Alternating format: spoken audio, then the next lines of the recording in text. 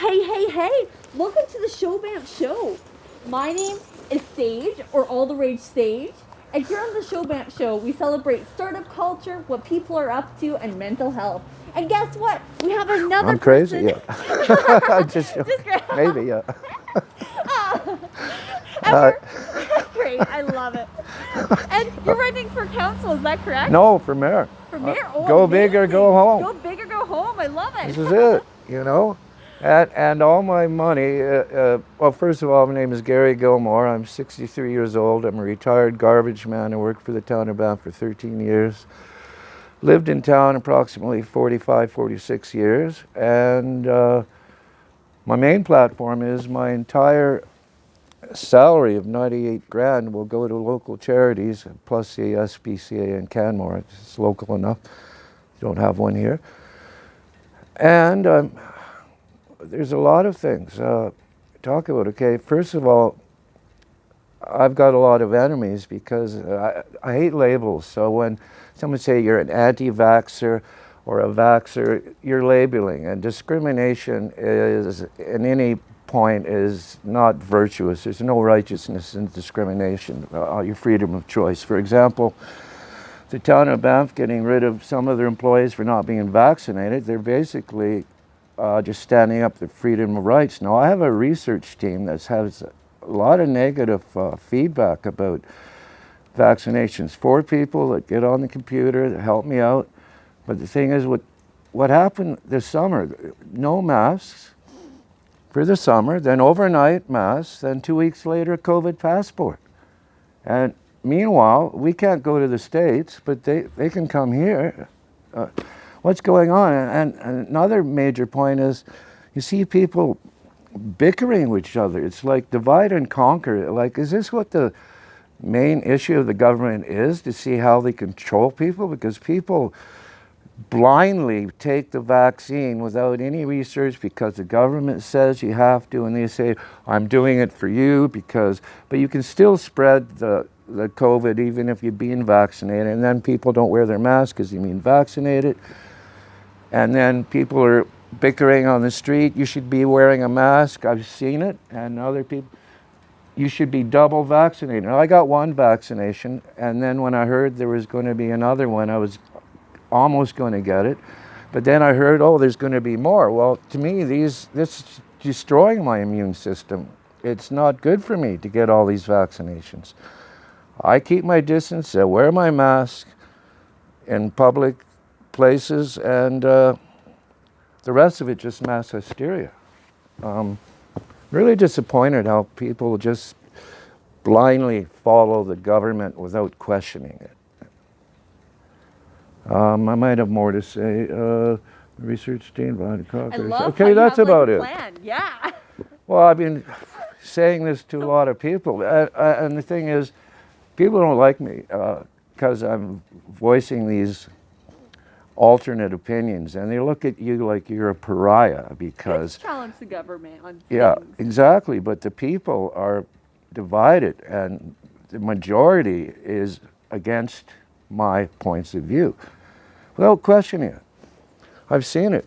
To me, to other people, what kind of society is this? I thought we were Canadians, I thought we were tolerant, I thought we could question authority, I thought we had civil rights, but apparently it looks like they're being stripped away from us. I got a lot more to say. That's just the tip of the iceberg, but I need some input, I need some questions. Yeah, like this is so fascinating, just hearing you all that. So basically, what inspired you to run? Like, That's a good question. There was a couple of things. One was I thought it would be really great.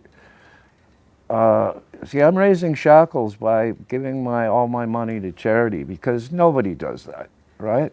yeah, no one does do that. And I thought, wow, that would be really cool. So I did that. I got enough signatures, more than enough signatures for my nomination.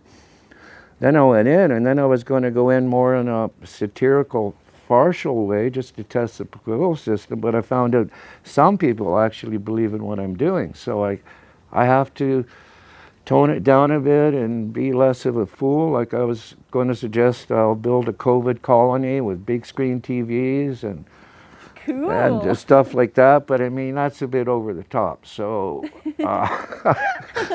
point being that that, and then when I heard about people being fired from the town of Banff for this, and I was suspicious of this whole COVID thing from the very beginning, and I've seen it evolve, and I've seen the hysteria it's created, and for someone to be fired because they're not vaccinated, and that was the final straw. Then after that, I said, yeah, I'm going to go for it. You're just gonna go for Just it. a Go voice. big or go home. Go big or go home. At least there's a voice out there, a voice in the wilderness that everyone wants to shoot, but that's okay. That's awesome. And like you're getting another voice out there, which is awesome Yeah. to do. Yeah. And There's some people who are going to vote for me, actually. It's really crazy. that's awesome. It's like, yes.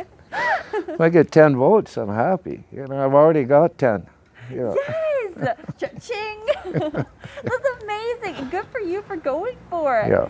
And besides the COVID thing, do you have anything else that you want to like push forward? Like, Yes, I'm a good listener. I want to listen to what the people want, and the council members who have more experience than me, I listen to them and just put my vote in when the voting day comes for whatever legislation they want to pass. Simple as that. And be quoted in the newspaper, and maybe have an audience with Pierre Trudeau. ooh, But that'd that's be my pretty joke, cool. though. See, Pierre Trudeau is dead. Ah. But I'm going to have a séance with Pierre Trudeau before I have an audience with Justin, because Boom, ching. yeah, that's it. And one last message.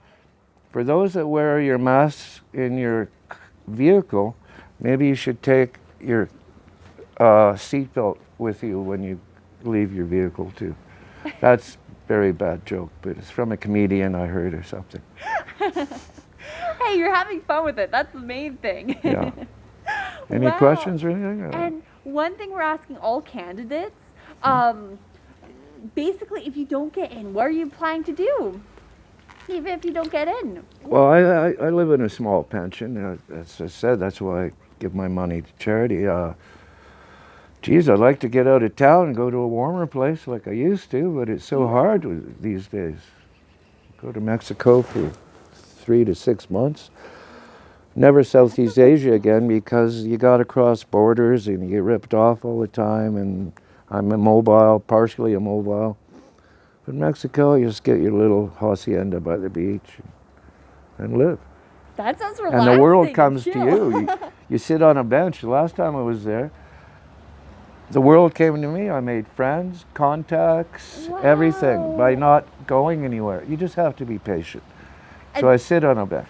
And do you think you're going to move over there, like somewhere warmer in the future? No, Or I like- can't move anywhere. No. You're only allowed 6 months. 6 months, anyways, right? So, That makes sense, yeah. but it could be 6 months back and forth. But Good for you for getting out there and like experiencing other cultures, what it's Oh, like, yeah. and meeting people. well, I taught English in Japan and Thailand 40 years or 30 years ago. Yeah, about 35 years ago. Wow. That was pretty neat, but it's changed a lot over there now. I was back there. Oh well, that's progress or change or whatever. And that's cool that you were there and you actually got like all this, like the travel history and like even meeting I was 5 people. years over there. Yeah, yeah. Wow. It's pretty neat. What's your biggest takeaway, do you think, or something you learned? Oh, that the food is fantastic, I agree with that. Traveling and food, yum. and I don't know. There's good people everywhere, you know, and there's a lot of good people there. Just same as anywhere else, whatever. Yeah, it was a good job. Teaching was fun. Students were hilarious. I always had a good time, you know. It was a lot of fun. That's all I can say. It was a very fun place to be. I believe it. Yeah. And like the people you meet and traveling, like I got so many, like you must have so many stories. I do. Like even the last time I went to Southeast Asia, which failed, it was a bad trip. I've met a lot of interesting people. I had a really good time. I had a book I'm learning Swedish swear words and East Indian swear words. Always fun. Just and we're drawing pictures of each other as a game. It's a game I invented where you sketch somebody and then you pass it around. And then add things on. Yeah. That's amazing. Yeah, that's just the tip of the iceberg, really. Well, you meet people in the strangest of places. It's so true. Yeah. And because we're running short on time, is there anything you want to tell voters, like why they should vote for you, or like something that like maybe you forgot to say, anything that pops out? I say, why not? Exactly. Why not? What do you have to lose? I have I can't say it. I have deep throat information. He was the informer in the Watergate. But, you know, I have to be in a garage smoking a cigarette and you can't know my identity if I start telling pertinent stuff.